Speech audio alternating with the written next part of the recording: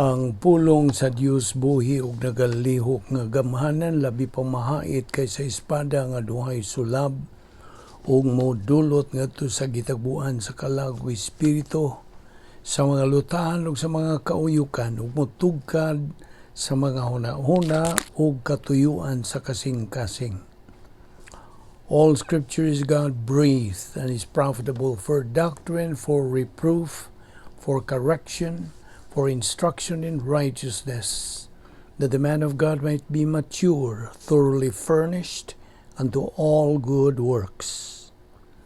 Mayong adlaw sa tanan nato mga subscribers, mga followers, ato mga higala, atong isig ka magtotoo. Aniano sab kita nihinglayan sa mga adlaw sa atong pagpadayon sa pagtuon sa pulong sa Dios nga diin na kita magatutok, mag-focus sa atong tun-anan bahin sa sala, the doctrine of sin.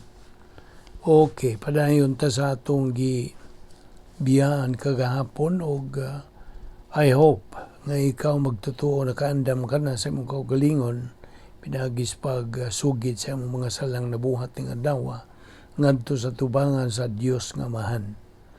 1 John 1:9 mo kanay atong gamiton aron sa pag sugid sa tanan nato mga sala.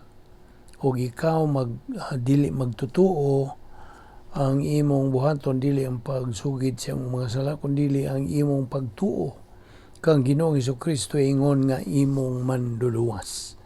Busa magampo ta sa ilong.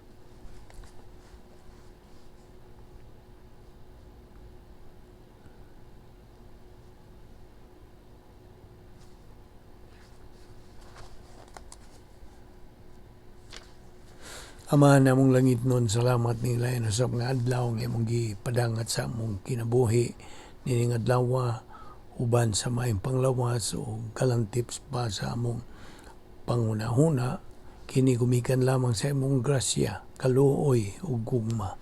Uban ni kami karon ni nga among pagpadayon sa pagtuon sa among pulong.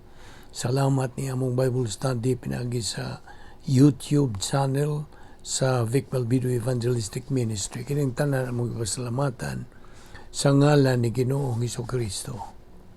Amen. Now, padayon ta dinita mohunong kagahapon nga okay, atong labason sa atong panumduman ang doktrina sa balaang Trinidad, the Holy Trinity. Mao kini gitawag og doktrina sa usa sa tulo, meaning three divine persons in one God. Okay? Kini silang tulo mao ang nagalihok alang sa atong kasaysayan. Ug ang resulta niini ang Dios nga anak nga si Ginoong Hesukristo naghimog upat ka desisyon adtong higayuna nga sila nagmeeting. Iba kagahapon nag-ingon ko nimo nga ang tulo ka sakop sa balaang Trinidad naghimog meeting dito sa Eternal Life Conference. Okay. Misulti sa maong meeting, misulti ang Diyos nga mahanog. Mao kini ang solusyon nga atong ipahimutang bahin sa maong problema. Ug ang Diyos nga anak misulti usab sa pag-ingon og okay, upat ka butang ang akong pagabuhaton. Ang unang butang mao kini, substitutionary unlimited atonement. Si Ginoong Hesukristo miuyon, he agreed to go to the cross and be judged for the sins of the world in his being human sa iyang pagkatao. Mao tong nagpakatao siya kaya adtong iyang pagpakatao mao ra toy bugtong paagi nga siya mahimong muangkon sa atong mga sala. Asa gud moangkon ang Dios sa atong mga sala? Di mahimo. Mao bitaw hinungdan ngano kung maghisgot tas pag-anhi ni Ginoong Hesukristo, siya sa Ginoong Hesukristo nga hingpit nga Dios ug hingpit nga tao. Ang iyang pagka-Dios wa mulihok samtang din ni siya. Ang iyang pagkatao. So, substitutionary unlimited atonement. By the way, I hope nakasabot mo kung sa ibot pasabot sa unlimited atonement. Ikaduha niyang desisyon nga gisgutan mao ang propitiation. He agreed to satisfy the justice and righteousness of God the Father. So, propitiation, ang pagtagbaw sa hustisya o pagkamatarong sa Diyos nga Amahan. Now, ang ikatulo niya nga desisyon nga gisgutan, mao ang gitawag in English og reconciliation. Jesus Christ agreed to reconcile, pagpasiguli sa tao ngadto sa Dios, pinaagi sa pagtuo lamang kang Kristo lamang. Ang nagunang substitute, number one substitute, kasabot tag unsay substitute na di ba pagpuli. Number two, propitiation, ang pagtagbaw sa gikinahanglan sa hustisya sa Dios. Kaya ang hustisya sa Dios mao may magahukom sa sala. Ug sa dihang si Ginoong Jesucristo mao'y mipataliwala tali sa hustisya sa Dios ug sa atuang mga sala. Ang silot nga gi-demand, okay, the justice of God demanded punishment for sins. Imbis kita'y pagasilutan sa atong mga sala, si Ginoong Jesucristo mao'y mipataliwala sa pwesto. So ang silot dito ipahamtang kaniya. That is propitiation. Okay? Sabtagi na. Natagbaw ang hustisya sa Dios sa gibuhat ni Ginoong Jesucristo. Then, reconciliation. Ang pagpasig-uli. Reconciliation sa English. Tungod kay si Ginoong Jesucristo man mauhing bayad sa demand sa hustisya sa Dios. Karon kitang mga tao, kita untay mubayad kay gibayaran naman ta. Gawas nun na ta nga mapasig-uli, may balik na ngadto sa Dios. Okay? So I hope nasabtan ni mo na. Apan ang Biblia nagasulti nga usara ang tigpataliwala karon tali sa tao ug sa Dios nga mao si Ginoong Jesucristo.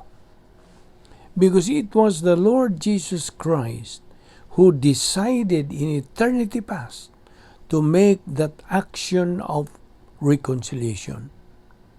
Wala laing paagi. Kung buot kang mahibalik ngadto sa Dios, usara ka paagi nga ikaw mahibalik ngadto sa Dios ug kanang maong paagi maura ang imong pagtuo lamang kang Ginoong Hesukristo lamang. Faith alone in Christ alone. Ug ang ikaupat niya nga desisyon, meaning kang Ginoong Hesukristo. Kaya ang ikaupat niyang desisyon gigihimo alang niining atong kahimtang sa sala, mao ang gitawag og redemption. Sa Binisaya, ang paglukat. In redemption, si Ginoong Jesucristo agreed to set man free from his slavery to the sin nature by providing the redemption solution of salvation. Pinagis pagtuo lamang kang Kristo lamang. Kining doktrina sa redemption, bahin usab kini sa pagtulunan sa Biblia, may tungod sa paagi sa kaluwasan sa tao. Bahin sa doktrina sa pagsangyaw, pagsaksi o witnessing. Now, sa sige na hisgot ni ining bahinas paagi sa kaluwasan, wa ka ba makamatikod nga wa gyud ta mo hisgot bisa gamay bahin og pasaylo? Wa ba gyud? Wa gyud ko mo mention anything about pasaylo. Naibaw ka bag nano? Nga wa gyud ko mo hisgot about pasaylo? Naibaw ka ba? Now, wa nako nahisguti ug dili gyud ko makahisgot bahig pasaylo tungod kay paminaw. Tungod kay ang tanan nga gibuhat ni Ginoong Jesucristo dito sa cross way pasaylo nga nahitabo. Wa ka ba makurat? There was no forgiveness at the cross. None. Now, abli yun ang imong una ha. Kanang imong dunggan, paminaw yumayin nini. Now, natingalig yun mo liskuhag o makadungog ining puntuha nga way kapasayloan ang nahitabo didto sa cross. Okay? Paminaw pagayo. Nining atong ipatinaw kanimo bahin ini. Kay this is very critical. Ang tinuod mo kini. Okay? Ang nahitabo didto sa cross, maura ang paghukom. Judgment. The cross was judgment. The cross was not forgiveness. Okay? Sabtag na. Dili kapasayloan ang cross kundili paghukom. Unsa man daygoy nahitabo ni Ginoong Jesucristo dito sa cross? Namatay. Nganong namatay man siya? Be? Tungod sa atong mga sala. Ug ang iyang kamatayon was judgment. Because the justice of God demanded that particular punishment. There was no forgiveness that happened on the cross. None. So tingali mo iyon kag, di na ko maminaw ng ilang Bible study kay gaingon na sila, wa ko na kapasayloan o forgiveness nga nitabo dito sa cross. Well, okay. Ayaw unag talikod. Ayaw sinta dayon ining pagtulunana. Ablihi una kanang imong panghuna-huna. Have an open mind. Be analytical. Ipakita ng imong pagpinsar. Of course, pangayuwa sa Espiritu Santo ang iyang paglamdag sa imong salabutan. Bahin ining ingnon ta delicate doctrine. Kung you consider it really delicate o tandugon. Okay? Only God, the Holy Spirit, who can truly enlighten you, can make this thing lucidly perspicuous. Tataw, tinaw nga pagpasabot. Okay? Okay. Let's talk and concentrate bahin sa forgiveness. Forgiveness is separated from the cross. Dihay kapasayloan nga nitabo apan way labot sa cross. Ato ra kong tanaw ni. Forgiveness did not occur at the cross. Ang pagpasaylo sa mga sala, wa may tabo sa cross. Natingali mo ingon ka, unsa man itong giingon ni Ginoong Jesucristo, amahan, pasayloan sila kay wa sila masayon sa gibuhat. Unsa man to? Di mo usana sa pito ka katapusang pulong ni Kristo, samtang dito siya gilansang sa cross? Now, paminaw. Kadto, dili ka pasayloan.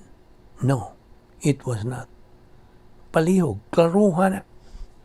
Ug magduda ka ini, alatun ka na sa orihinal nga pulong gigamit sa pagsulat alang bahinas balaang kasulatan. Unya itandi ka na sa tanang kategorya sa tanang doktrina diya sa balaang kasulatan. Kay dili kadto kapasayloan sa atong mga sala. Balikon ako. Dili to kapasayloan. That was personal forgiveness of the Lord Jesus Christ. Ngadtos mga tao nga nagbuli, nagdagmal kaniya. Personal ba?